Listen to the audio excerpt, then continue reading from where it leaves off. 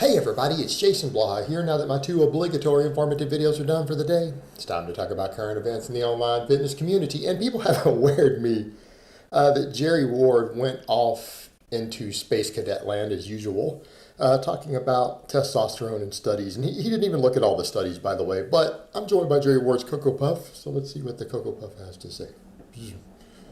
So, in the study, they used 600 milligrams of testosterone, which, I consider to be a pretty significant amount, but I wouldn't say it's like super physiological because I get to define words and what they mean, and instead of medical doctors and people with defining what drug words mean, I just decided it's not super physiological, even though the doctors all say it is, like 3 times higher than super physiological.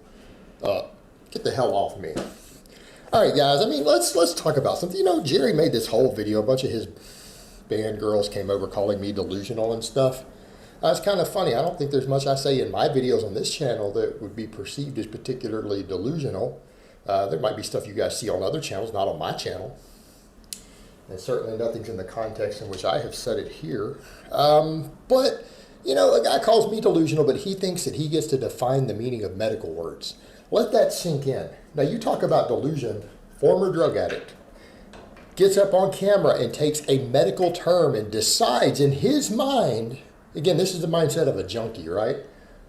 That something that is 3 times higher than what would even be considered super physiological in the medical world, 3 times the dose, isn't super physiological in his mind. In his word, he doesn't define it that way. He wouldn't say it is. You talk about a delusional junkie. Wow. Jerry, 200 milligrams is super physiological in the medical world. You know why? Because this isn't a subjective term. You don't get to just decide in your own brain how much testosterone is the normal amount for the human body to produce. This is something we can measure, that we can measure in millions and millions of people and see how much they produce. And if you put a substance in your body that raises your blood levels of whatever that substance is that your body produces to larger amounts than would be in your bloodstream normally, right? That would be in your bloodstream normally, that's called supraphysiological. See, physiological would be like the normal range, and supraphysiological would be more than the body can produce. Okay, if you take any healthy male right now, even a guy with maybe who needs TRT, and you were to put 200 milligrams of legitimate pharmaceutical grade prescription testosterone cypionate in their body, and then you came and tested their blood work 24 hours after that injection, they would be super physiological.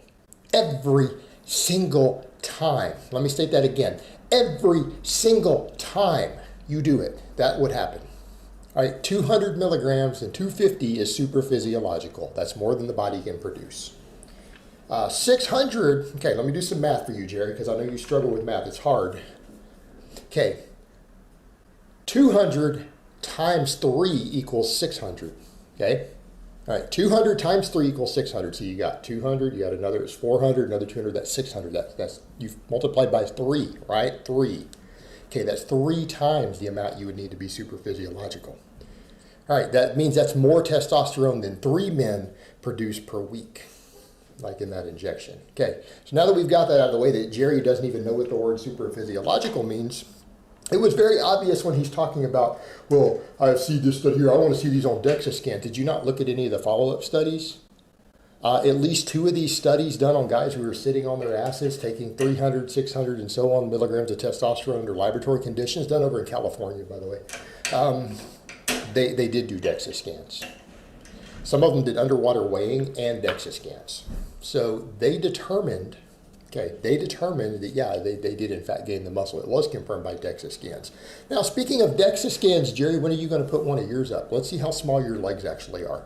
Let's see how much muscle you actually have in your legs. I put up the last 3 of my DEXA scans, the full data, the scans themselves, all the numbers are all available for mine. Why don't you go get a DEXA scan? See how well your training, your training is going. Okay, that's pretty interesting.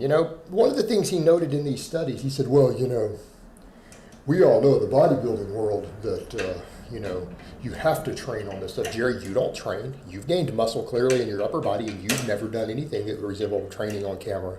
Do you train at all? I don't think that you do. And I mean training in the sense of what a coach would call training, not what you call training, but training, which means you actually have progressive overload in which you use certain amounts of workloads and tonnage, and you have a pattern to where you program progressive overload over time on your exercises. That's called training. All right, just flopping around with pink dumbbells and doing half reps with pink dumbbells and doing some leg extensions with light weight, that's not actually training. There's a reason you don't have legs. And that's the thing. You go back and look at those studies. And he said, well, they did notice in this one study they didn't gain nearly as much in their quads. Notice you don't have very much in your quads, Jerry. You have the amount we would expect for a guy who uses the amount of drugs you use and you don't train. Because, I mean, we know that you just did a test deca anavar stack. You admitted to it, right? You admitted to it. You have a little bit of leg muscle. You don't have as much as I do. And I dare you to put up DEXA scans proving me wrong. Put up a DEXA scan. I got 3 of them up. Using considerably more than I do.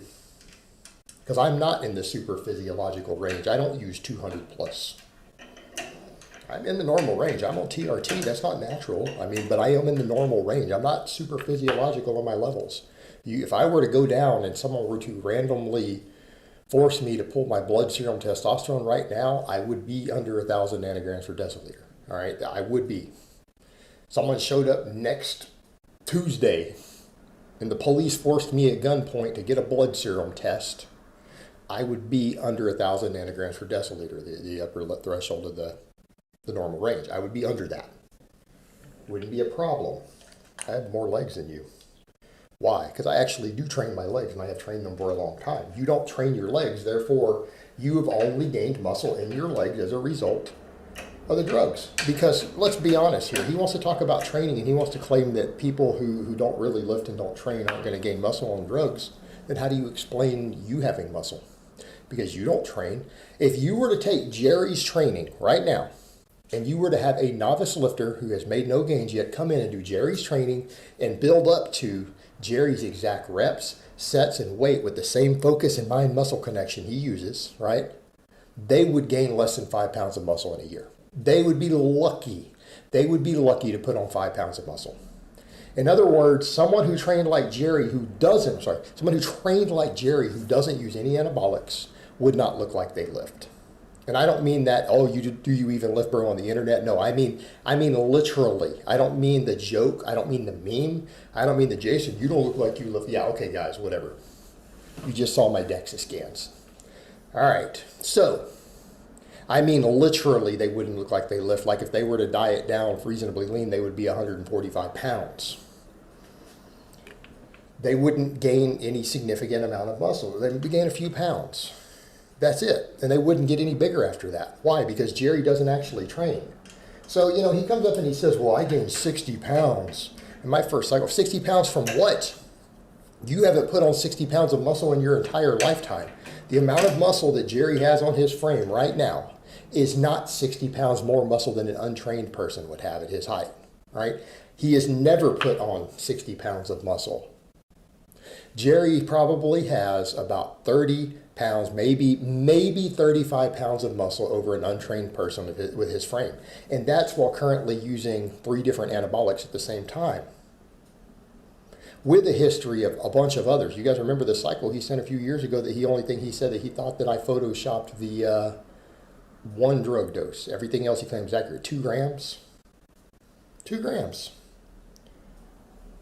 All right, he's used significant amounts historically. He's on 3 different drugs right now. And I guarantee you, he doesn't put on 60 pounds of tissue on his body over that. He might have gained some extra water. He might have some bloat here and there. But he doesn't have 60 pounds of muscle over an untrained person. He absolutely does not. And he's got round shoulders and everything from the stuff he uses.